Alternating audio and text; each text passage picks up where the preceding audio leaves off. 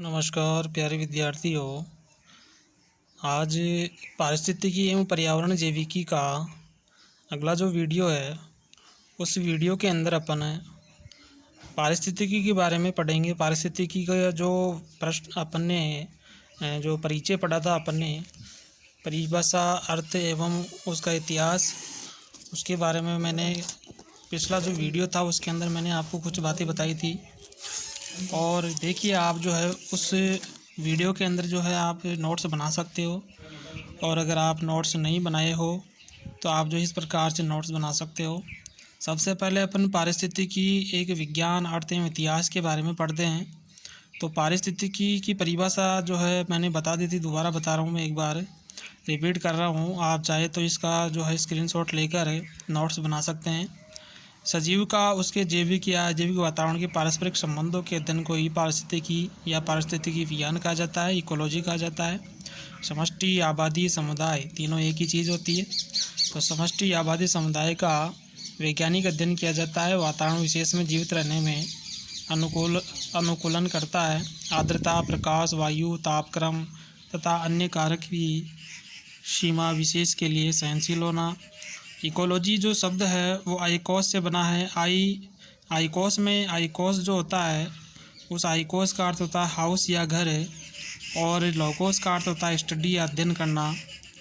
इसका मतलब हो गया कि प्राकृतिक आवास या पर्यावरण अपन कह सकते हैं इसको। इस शब्द को जो है सबसे पहले, या इस शब्द के जो जन्मदाता है वो रीटर नामक वैज्ञानिक है।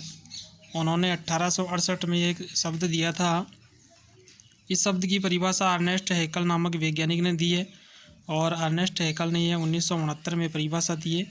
और परिभाषा जो है किस प्रकार की दी है, देखिए। किसी भी जंतु के संपूर्ण कार्बनिक और अकार्बनिक वातावरण के आपसी संबंध को पर्यावरण कहा जाता है, ये परिभाषा दी है। टेलर नामक एक वैज्ञानिक है जिसने 1936 में पारिस्थितिकी सभी जीवों के समस्त पर्यावरण के साथ सारी संबंधों के अध्ययन की विज्ञान है। ओडम नामक एक वैज्ञानिक है, जो एक वैज्ञानिक है जिसने परिभाषा दी है प्रकृति की संरचना तथा कार्य का अध्ययन ही पारिस्थितिकी कहलाता है। तो ये कुछ वैज्ञानिक थे जिन्होंने परिभाषाएं दी है। इसके इतिहास के बारे में चर्चा करते हैं दोबारा से।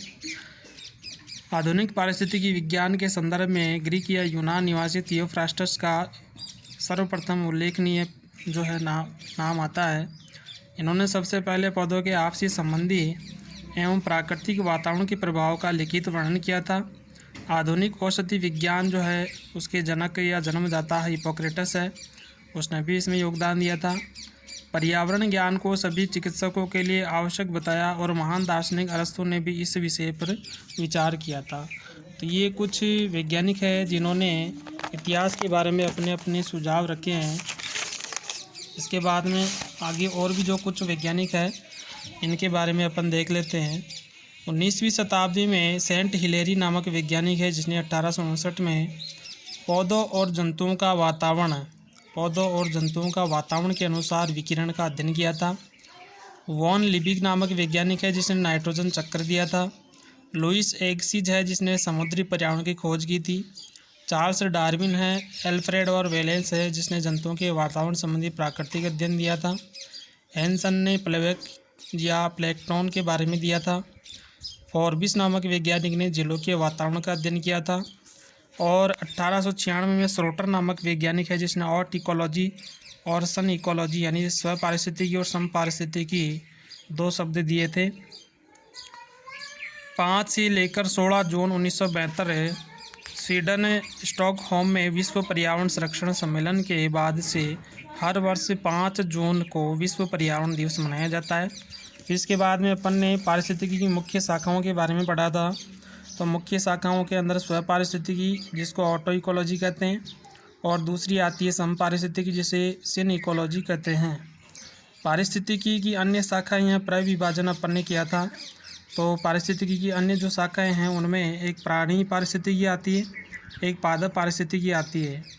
तो प्राणी पारिस्थितिकी के अंतर्गत स्तनपायी पारिस्थितिकी आती है, पक्षी पारिस्थितिकी आते हैं, कीट पारिस्थितिकी आते हैं, परजीवी पारिस्थितिकी आते हैं, और मानव पारिस्थितिकी आती है। इसके बाद में पादप पारिस्थितिकी के अंतर्गत वनस्पति, भूगोल, मृदा संरक्षण, वन विज्ञान, बाढ़ नियंत्रण की प्रधानता, वन पारिस्थितिकी, घास स्थल पारिस्थितिकी, शैवाल पारिस्थितिकी और सूक्ष्मजीवी पारिस्थितिकी, ये जो है शाखाएँ इसके अंतर्गत पादप पारिस्थितिकी के अंतर्गत आती है। इसके बाद में तीसरी जो अपन पढ़ते हैं आवासीय पारिस्थितिकी पढ़ते हैं, यानी पारिस्थितिकी की जो अन्य शाखाएं हैं उनमें तीसरी जो शाखा है उसका नाम है आवासीय पारिस्थितिकी। इसे हैबिट इकोलॉजी भी कहते हैं। इसके अंतर्गत समुद्री पारिस्थितिकी आती है, अलवणीय तथा स्वच्छ जलीय पारिस्थितिकी आती है, स्थलीय पारिस्थितिकी आते हैं, बेला संगम पारिस्थितिकी आती है। बेला संगम का अर्थ क्या होता है? जहाँ नदी व समुद्र दोनों मिलते हैं उस स्थान को बेला संगम कहा जाता है। इसके बाद में चौथे नंबर की जो है भूगोलीय पारिस्थितिकी है, जिसमें भौगोलिक परिस्थितियों में जीवधारियों के विकिरण का अध्ययन किया जाता है। संरक्षण पारिस्थितिकी, जिसमें जल, वायु, मिट्टी, खनिज, जीव जंतु आदि का संरक्षण किया जाता है। इसके बाद में उत्पादन पारिस्थितिकी है, जिसमें प्राथमिक, द्वितीयक उत्पादक, सकल उत्पादक द्वारा प्राकृतिक साधनों का उत्पादन किया जाता है। इसके बाद में विकिरण पारिस्थितिकी है, जिसमें वातावरण पर रेडियोधर्मिता के प्रभाव का अध्ययन किया जाता है। वर्गीकरण पारिस्थितिकी है, जिसमें वर्गीकरण पर पारिस्थितिकी का प्रभाव का अध्ययन किया जाता है। मानव पारिस्थितिकी, अंतरिक्ष पारिस्थितिकी, जीवाश्म पारिस्थितिकी, रासायनिक पारिस्थितिकी, मृत्तिका पारिस्थितिकी, ऊर्जा पारिस्थितिकी और प्रदूषण पारिस्थितिकी, ये कुछ अन्य शाखाएं हैं। तो इन शाखाओं के बारे में केवल आपको नाम याद रखना है और ज़्यादा डिटेल में इनके बारे में नहीं पूछा जा सकता है। इसमें जो मुख्य शाखाएं हैं स्वपारिस्थितिकी और समपारिस्थितिकी, उनके बारे में आपको ध्यान रखना है। इसके बाद में अपन जो है पारिस्थितिकी विज्ञान का अध्ययन या महत्व पढ़ते हैं, इम्पोर्टेंस ऑफ इकोलॉजी। तो जीवन को सरल एवं स्वस्थ बनाने के लिए इसका महत्व है। दूसरा, आर्थिक समस्याओं के समाधान के लिए इसका महत्व है। जनसंख्या के नियंत्रण के लिए भी इसका महत्व है और पर्यावरण प्रदूषण व उनका निवारण के लिए भी इनका महत्व है, यानी पारिस्थितिकी का महत्व है। इसके बाद में अपन पढ़ते हैं पारिस्थितिकी की आधुनिक अवधारणा। यहाँ पर देखिए ये दूसरा जो लेसन है अपना यहाँ स्टार्ट होता है। पहले लेसन में अपन ने जो है पारिस्थितिकी विज्ञान की परिभाषा, अर्थ और इतिहास पढ़ा है और उसके बाद में अपन जो है पारिस्थितिकी की आधुनिक अवधारणा के बारे में पढ़ते हैं। तो आधुनिक अवधारणा क्या है? देखिए, जैविक स्पेक्ट्रम देखिए क्या होता है। संगठन के स्तरों की अवधारणा पारिस्थितिकी तंत्र, समुदाय, आबादी, जीवधारी, अंग, उत्तक, कोशिका तथा जीन एक पदानुक्रमीय व्यवस्था में विशाल से सूक्ष्म रूप की और कई मुख्य जैविक स्तर हैं। उपर्युक्त समस्त एककों में प्रदर्शन संगठन के स्तरों के पदानुक्रम में तीर की दिशा की सहायता से किया जा सकता है। ये देखिए कौन कौन से जो है स्पेक्ट्रम, जैविक स्पेक्ट्रम के अंतर्गत आते हैं जो संगठन है। उनमें सबसे पहले प्रारंभिक कण आते हैं। प्रारंभिक कणों का निर्माण हो, उसके बाद में परमाणु का, उसके बाद में परमाणु से यौगिक बना, यौगिक से जीवधारी, जीवद्रव्य बना, जीवद्रव्य से कोशिका बनी, कोशिका से उत्तक बने, उत्तकों से अंग बनते हैं, अंगों से अंगतंत्र बनते हैं, अंगतंत्र से जीवधारी बनते हैं, जीवधारी से आबादी बनती है, आबादी से समुदाय बनता है और समुदाय से पारिस्थितिकीय तंत्र बनता है और पारिस्थितिकीय तंत्र जो है सम्मिलित रूप से जीवमंडल कहलाता है। तो जीवमंडल में ये सारे जो है समस्त घटक सम्मिलित है। अगर आपको पारिस्थितिकी की अवधारणा पूछी जाती है तो आपको ये सारे जो घटक है प्रारंभिक कण से लेकर जीवमंडल तक ये आपको दर्शाने, ये संगठन स्तर कहलाते हैं, ध्यान रखना है। इनको संगठन स्तर भी कहते हैं और इनको जैविक स्पेक्ट्रम भी कहा जाता है। इसके बाद में आगे जो है अपन पारिस्थितिकी व्याप्ति या कार्य क्षेत्र के बारे में पढ़ते हैं। व्याप्ति भी कह सकते हैं इसको और इसी को अपन जो है कार्य क्षेत्र भी कह सकते हैं। तो क्या होता है देखिए, पारिस्थितिकी व्याप्ति या कार्य क्षेत्र, भौतिक रासायनिक व्याप्ति सबसे पहले अपन पढ़ते हैं। दूसरी जो है परिमाणात्मक व्याप्ति आती है। तीसरे नंबर पर वर्गीकरणात्मक व्याप्ति आती है। चौथे नंबर पर जैविक व्याप्ति आती है और पाँचवें नंबर पर आनुवांशिक एवं उद्विकासीय व्याप्ति या क्षेत्र आते हैं। छठे नंबर पर अन्य संभावित व्याप्तियाँ आती है। तो इस प्रकार से अपन जो है 6 प्रकार से इनकी व्याप्ति या इनके कार्य क्षेत्र पढ़ते हैं। तो पहला अपन देखते हैं इनका जो पहली जो व्याप्ति है उसको अपन कहते हैं भौतिक या रासायनिक व्याप्ति क्या होती है, या इसको अपन कह सकते हैं भौतिक या रासायनिक कार्य क्षेत्र। तो पारिस्थितिकी का भौतिक और रासायनिक कार्य क्षेत्र क्या होता है देखिए, तापक्रम, प्रकाश, आर्द्रता, लवणता, पीएच मान तथा जल एवं थल में उपस्थित अन्य रासायनिक तत्व आदि का अध्ययन अति महत्वपूर्ण माना जाता है। यानी भौतिक जो घटक होते हैं और रासायनिक जो घटक होते हैं उनका अध्ययन जो है इसके अंतर्गत किया जाता है। तो भौतिक घटकों में जैसे तापक्रम, प्रकाश, आर्द्रता, इसके अलावा रासायनिक घटकों में जैसे लवणता, पीएच मान और रासायनिक तत्व आदि आते हैं। जल, थल ये भौतिक जो है कार्य क्षेत्र या भौतिक जो है घटक होते हैं। तो ये भौतिक रासायनिक व्याप्ति। इसके बाद में दूसरा आता है परिमाणात्मक व्याप्ति। तो परिमाणात्मक व्याप्ति क्या होती है? समुदायों में जीवों की गणना अथवा आबादी के घनत्व का संख्यात्मक या मात्रात्मक अध्ययन किया जाता है। यानी परिमाणात्मक व्याप्ति क्या होती है? समुदायों के अंदर जीवों की गणना अथवा उनकी आबादी का जो घनत्व होता है उसको अपन संख्यात्मक रूप से या मात्रात्मक रूप से अगर उसका अध्ययन किया जाता है तो वो क्या कहलाता है? परिमाणात्मक व्याप्ति कार्य क्षेत्र कहलाता है। इसके बाद में तीसरा वर्गीकरणात्मक व्याप्ति। नामकरण जो अपन ने जो बीएससी फर्स्ट ईयर के अंदर जो है एनिमल जो डाइवर्सिटी उसके अंदर पढ़ा था, वर्गीकरण का कार्य क्षेत्र, जीवों का नामकरण व वर्गीकरण इसके अंतर्गत किया जाता है। तो वर्गीकरणात्मक व्याप्ति में क्या होता है? पारिस्थितिकी में व्याप्त जीवों का यहाँ पर नामकरण किया जाता है और उनका वर्गीकरण भी किया जाता है।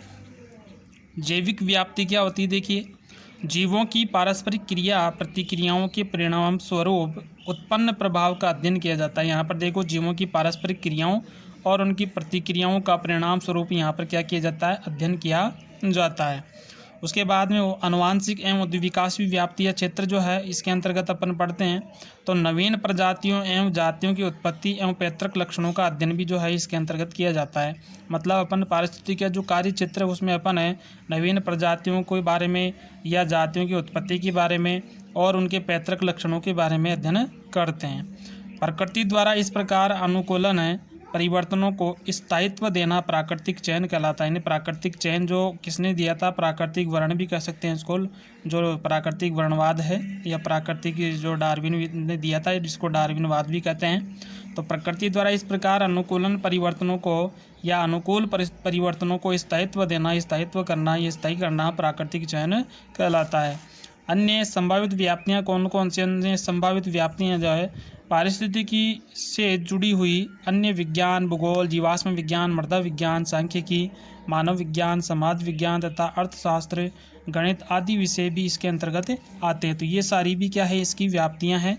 इनका भी जो है पारिस्थितिकी के अंतर्गत अध्ययन किया जाता है। इसके बाद में जो है अगली जो अवधारणा है वो अपन पढ़ रहे हैं। यानी ये अपन ने क्या पढ़ा था? यहाँ पर कार्य क्षेत्र पढ़ा है अपन ने। कार्य क्षेत्र जो है या इसको अपन व्याप्ति कह सकते हैं। ये मुख्यतः 6 भागों में बांटा हुआ है जिसका अपन यहाँ पर पढ़ा है। इसके बाद में जो अगला जो है सीमाकारी कारकों की अवधारणा, यहाँ से जो है प्रश्न बनने के चांस रहते हैं, प्रश्न आता है कई बार यहाँ से। तो सीमाकारी कारकों की अवधारणाएँ क्या हैं? इनको अपन कॉन्सेप्ट्स ऑफ लिमिटिंग फैक्टर्स भी कहते हैं। तो सीमाकारी कारकों की अवधारणा देखिए,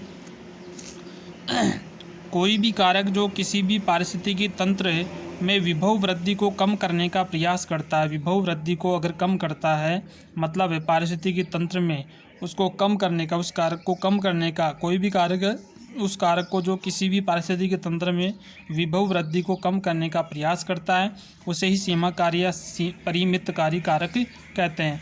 यानी किसी भी कारक के या किसी भी घटक के द्वारा किसी भी जाति को या किसी भी वंश को या किसी समष्टि को कम करने का जो प्रयास किया जाता है उसे सीमाकारी या परिमितकारी कारक कहा जाता है। वातावरण किसी भी जीवधारी के चारों ओर उपस्थित उन सभी जैविक और अजैविक कारकों का जटिल समूह है जिससे वह अपनी दैनिक क्रियाओं के संचालन हेतु कार्बनिक व अकार्बनिक पदार्थों का आदान प्रदान करने, कार्बनिक और अकार्बनिक पदार्थों के कार्बनिक व अकार्बनिक पदार्थों का आदान प्रदान करके ऊर्जा प्राप्त करते हैं। मतलब यहाँ पर देखिए क्या है कि वातावरण भाई किसी भी जीवधारी के चारों ओर क्या पाया जाता है? वातावरण जो पाया जाता है उस वातावरण के जीवधारियों के यहाँ जीवधारियों के जो चारों तरफ पाया जाता है उसको वातावरण कहते हैं। सभी जैविक और अजैविक कारकों का जो जटिल समूह है पारिस्थितिकी में पाया जाता है, पारिस्थितिकी में जिनसे वह अपनी दैनिक क्रियाओं के संचालन हेतु या तो कार्बनिक या अकार्बनिक पदार्थों का वो आपस में आदान प्रदान करते हैं और आदान प्रदान करने से उनको क्या मिलती है? ऊर्जा मिलती है। जैसे कि उदाहरण के रूप में अपन खाद्य श्रृंखला का एक उदाहरण लेते हैं। तो खाद्य श्रृंखला में भोजन प्राप्त किया जाता है। तो भोजन जो है प्राप्त किया जाता है वो किसके लिए प्राप्त किया जाता है? वो ऊर्जा के लिए ही प्राप्त किया जाता है। तो इस प्रकार से यहाँ पर ये सीमाकारी कारकों की एक अवधारणा है। इस सीमाकारी कारकों की अवधारणा को आगे विस्तृत रूप से जो है समझाने के लिए एक वैज्ञानिक है जिसका नाम है लिबिंग। लिबिंग जो है उसने एक अन्य जो है सिद्धांत दिया था और उस सिद्धांत का नाम है लिबिंग का न्यूनतमता का सिद्धांत। इस सिद्धांत के बारे में अपन यहाँ पर जो है डिटेल से पढ़ रहे हैं। तो लिबिंग का न्यूनतमता का सिद्धांत किसे कहते हैं?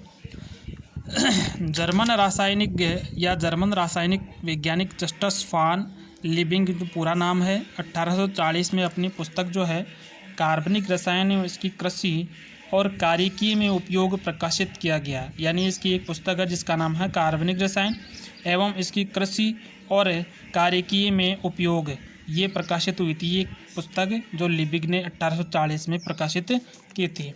इसके बाद में देखिए लिबिंग ने अपनी पुस्तक में विभिन्न कारकों का पौधे की वृद्धि पर प्रभाव का वर्णन किया था। लिबिंग ने क्या किया, अपनी जो पुस्तक है उस पुस्तक में क्या किया, विभिन्न कारकों का पौधे की वृद्धि पर किस प्रकार से प्रभाव पड़ता है उसका उसने क्या किया था, वर्णन किया था, उसने अध्ययन किया था।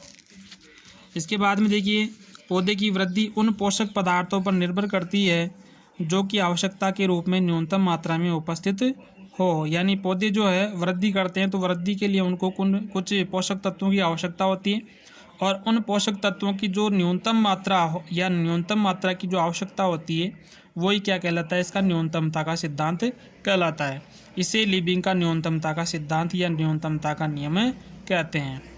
इसके अनुसार प्रत्येक पौधे को कुछ आवश्यक पोषक पदार्थों की निश्चित मात्रा की आवश्यकता होती है। यानी कुछ पदार्थों को वृद्धि के लिए पोषक पदार्थों की आवश्यकता होती है निश्चित मात्रा में, और अगर इसमें एक भी खाद्य पदार्थ या एक भी पोषक तत्व अनुपस्थित रहता है तो पौधे का जो परिवर्धन है या जो वृद्धि है वो रुक जाती है। न्यूनतमता का नियम रासायनिक पदार्थ जैसे ऑक्सीजन, फास्फोरस तक ही सीमित होना चाहिए। यानी जो न्यूनतमता का नियम है वो रासायनिक पदार्थ और रासायनिक पदार्थों में ऑक्सीजन और फास्फोरस तक सीमित होना चाहिए। लेकिन बाद के कार्यों व शोधों ने यह सिद्ध किया कि वातावरण के दूसरे कारक भी सीमाकारी कारकों की भांति ही कार्य करते हैं। मतलब ये नहीं है कि ऑक्सीजन और फास्फोरस ही जो है पौधे को प्रभावित करते हैं, अन्य जो कारक है या अन्य जो पोषक तत्व हैं वो भी इनको प्रभावित करते हैं। तो बाद में जो है ये शोध कर दिया कि वातावरण के जो दूसरे कारक है वो भी इसको या पौधे को प्रभावित करते हैं और उन कारकों को जो है सीमाकारी कारक कह दिया। जैसे उदाहरण के रूप में 23 ग्राम सोडियम है, 23 ग्राम सोडियम प्लस 35 ग्राम क्लोरीन, तो 23 ग्राम सोडियम और 35 ग्राम क्लोरीन से जो है 58 ग्राम सोडियम क्लोराइड NaCl का निर्माण होता है। तो 35 ग्राम क्लोरीन एवं 23 ग्राम सोडियम का रासायनिक क्रिया या उत्पादन पर कोई प्रभाव नहीं पड़ता है। इनका मात्रा बढ़ाने पर भी घटाने से या बढ़ाने से रासायनिक क्रिया प्रभावित नहीं होती है। इनकी मात्रा को बढ़ाने से या घटाने से कोई भी प्रभाव नहीं पड़ता उत्पाद के ऊपर। तो जीवधारियों की जैविक क्रियाएं उन सारभूत वातावरणीय कारकों का उनके संयोगों से प्रतिबंधित या नियंत्रित रहते हैं जो अल्प मात्रा में उपलब्ध होते हैं। ये बात किसने कही थी? टेलर ने कही थी कि जीवधारी की जो जैविक क्रियाएं हैं उन जैविक क्रियाओं का सारभूत वातावरणीय कारकों का उनके संयोगों का या संयोगों से प्रतिबंधित या नियंत्रित रहने से अल्प मात्रा में उपलब्ध होते हैं। ये टेलर ने बात कही थी। तो ये आपके जो है लिबिंग का न्यूनतमता का सिद्धांत है। इसी को अपन न्यूनतमता का सिद्धांत या इसी को अपन लिबिंग का नियम न्यूनतमता का नियम भी कहते हैं। तो यहाँ से भी जो है प्रश्न आता है कि लिबिंग का न्यूनतमता का सिद्धांत क्या है समझाइए, या लिबिंग का न्यूनतमता का नियम क्या है समझाइए। तो इसके बारे में आपको समझाना है। ये लिबिंग ने जो है ये बात जो है पौधों के ऊपर निर्भर की, यानी पौधों को जो है उदाहरण देकर पौधों से ही इसको डिवाइड किया या उसी से इसको समझाया था। अब इसका जो सहायक नियम है, इस सहायक नियम के बारे में चर्चा करते हैं। तो लिबिंग के इस कार्य व विभिन्न तथ्यों के आधार पर दो और कारकों का विचार आता है जिसके आधार पर दो सहायक नियम दिए जा सकते हैं। यानी इस लिबिंग के न्यूनतमता के सिद्धांत पर दो अन्य नियम भी जो है जुड़े हुए हैं, जिनके बारे में भी अपन अध्ययन करते हैं। पहला जो नियम है वो स्थिर दशा का सिद्धांत है, और दूसरा कारकों की अंतःक्रिया या अन्योन्य क्रिया का सिद्धांत है। यानी स्थिर दशा का सिद्धांत और कारकों की अंतःक्रिया का सिद्धांत या अन्योन्य क्रिया का सिद्धांत अपन जो है किसमें पढ़ेंगे, आगे वाले जो वीडियो है उसके अंदर पढ़ेंगे। तो ये लिविंग का न्यूनतमता का सिद्धांत यहाँ पर कंप्लीट होता है। और आज की वीडियो में आप जो है ये तय कर लेना, इस वीडियो के अंदर जो मैंने आपको लिविंग का न्यूनतमता का सिद्धांत, सीमाकारी सिद्धांत ये पढ़ाए हैं, तो इनमें से आपको जो है एक प्रश्न जरूर मिलेगा। यानी ये जो है प्रश्न यहाँ से बनता है एक, या ये जो है इसके अंदर पारिस्थितिकी के अंतर्गत या जो आपको मैंने ये पढ़ाया है, तो ये लिविंग का न्यूनतमता का जो सिद्धांत है वो बहुत ही इम्पॉर्टेंट है, महत्वपूर्ण है। तो इसके बारे में आप जो है अच्छी तरह से इसमें पढ़ लेना। इसके जो सहायक नियम है दोनों, अगले जो वीडियो है उसके अंदर